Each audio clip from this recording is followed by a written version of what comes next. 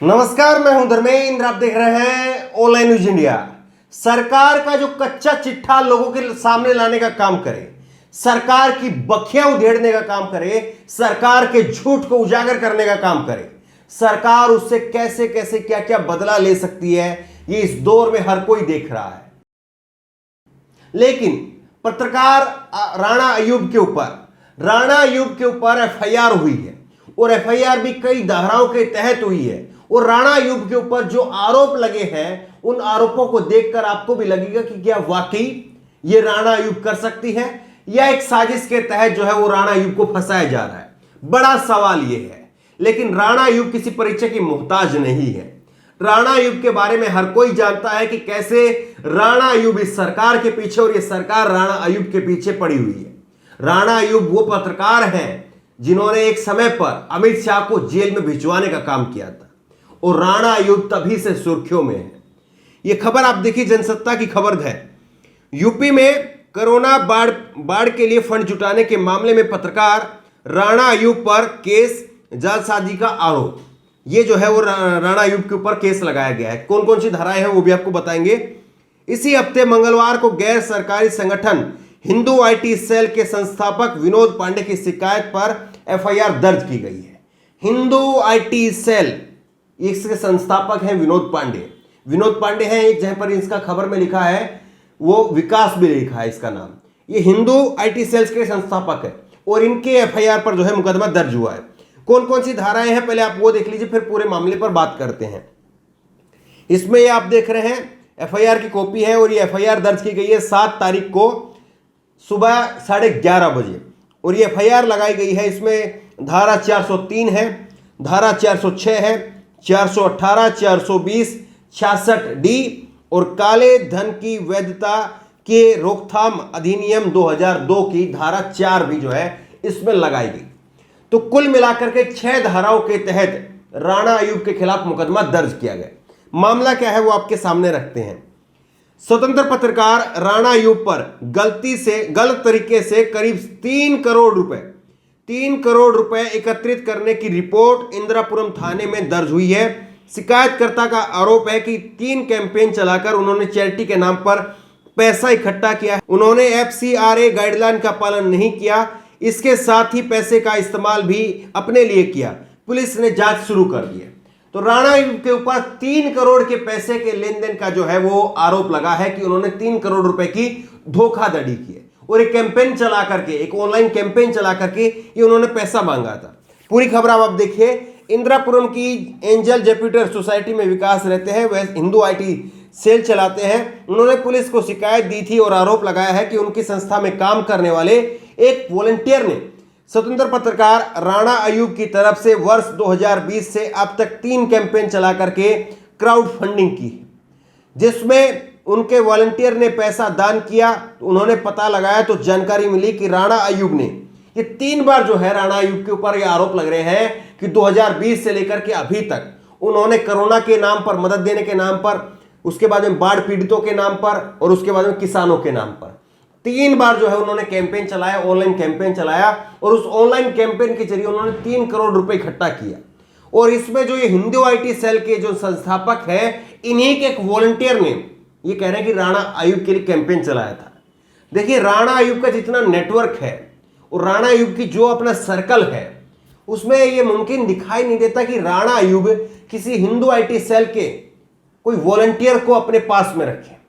राणा अयूब जो भी किसी भी व्यक्ति को या किसी भी संस्था के साथ में जुड़ती है तो निश्चित तौर पर वो खुद से अपनी भी एक जांच पड़ताल करती होगी और उसके बाद में वो जुड़ती होगी।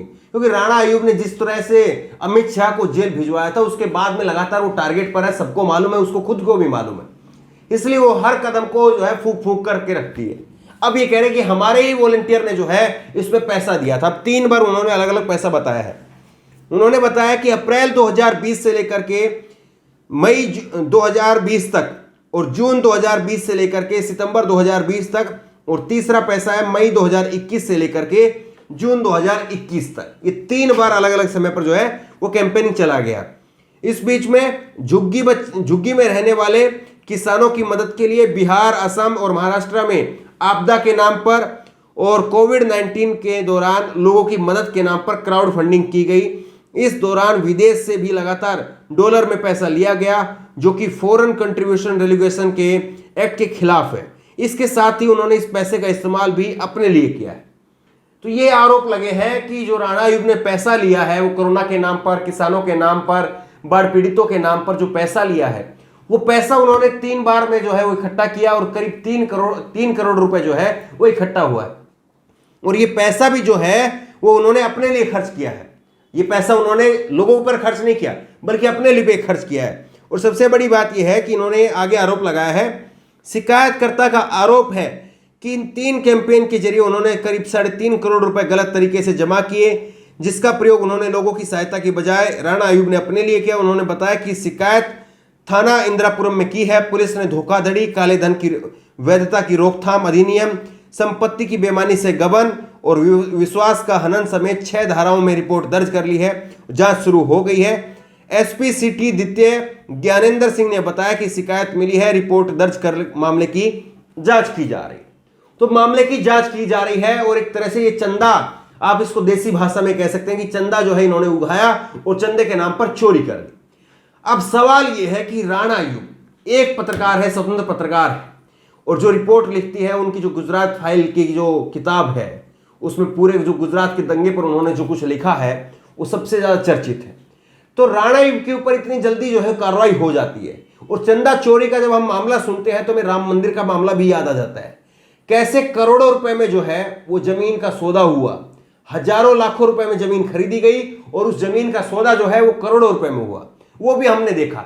लेकिन वहां पर इतनी तत्परता के साथ में उत्तर प्रदेश की पुलिस जो है वो कार्रवाई नहीं करती है।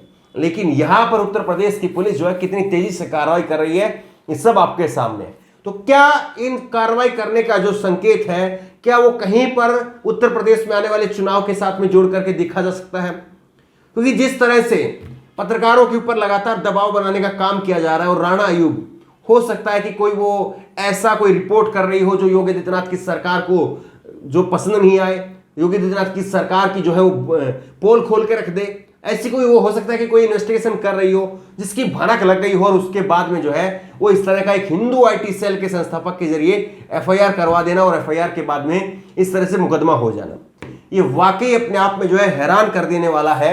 सबसे बड़ी बात यह है कि राणा अय्यूब हो, उसके बाद में और तमाम पत्रकार जिनका आप नाम ले सकते हैं, किस तरह से सिद्दीकी कप्पन वो अभी भी जेल में है।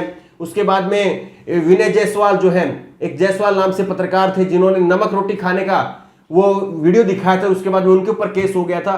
तो उत्तर प्रदेश में पत्रकारों के ऊपर केस होना ये कोई बड़ी बात नहीं है, पहली बात नहीं है। लेकिन राणा अय्यूब जैसे पत्रकार के ऊपर जो है अगर केस हो रहा है तो यकीनी तौर पर इसमें चिंता जरूर व्यक्त की जानी चाहिए कि फिर ऐसे में सरकार की मंशा आखिरकार है क्या। बहरहाल इस खबर को लेकर के और जिस तरह से राणा अय्यूब पर केस किया गया है, इसको लेकर के आपकी राय क्या है? नीचे कमेंट बॉक्स में अपनी राय जरूर दें। और इसी तरह की तमाम खबरों के लिए ऑनलाइन न्यूज इंडेक्स सब्सक्राइब करें, साथ में जो बेल आइकन है घंटी उसको जरूर दबाएं, ताकि जैसे भी वीडियो अपलोड करें उसकी नोटिफिकेशन आपको तुरंत मिल सके। धन्यवाद। चैनल को सब्सक्राइब करें और घंटी जरूर दबाएं।